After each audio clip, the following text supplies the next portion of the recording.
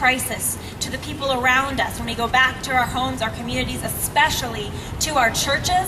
And then we can also take that into action, especially come this election, because this election means so much. And we are going to put a new president in the White House, one that will respect our religious liberty and the right to life of every human being.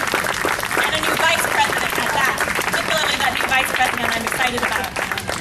But my name's Lila, I'm 24 years old, but since I was a young girl, I dedicated my life to do something for God. And that's why many of us are here today, because we want to follow God's call. Reverend Pat is doing is so amazing. He's a hero. He's leading us, and we're going out there. But we have to do this every day, especially leading up to the election.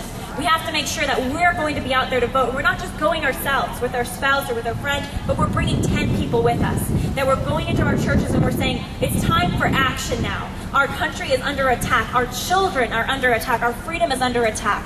And remember the faces, the faceless victims of abortion that we don't get to see sometimes, but to meditate on the loss that it is today, to meditate on what a disaster it is to each of our communities, our intimate neighborhoods, where we're missing our own children, our own most vulnerable members of society who are killed by abortion, and to meditate on them, to meditate on the souls that are at risk because of the great lies that are being told, especially to our young people, and to think about all that is at risk and take it to prayer. Take it before God and say, what can we do? Because we're people of faith, right? We're people of conscience. Take it before God and say, what can we do? And then work one person at a time in recruitment. I think that's key. Pat said we're here to build a movement, and that's recruitment. Taking one person at a time and making sure that they know the fundamentals about what life is all about human rights, about the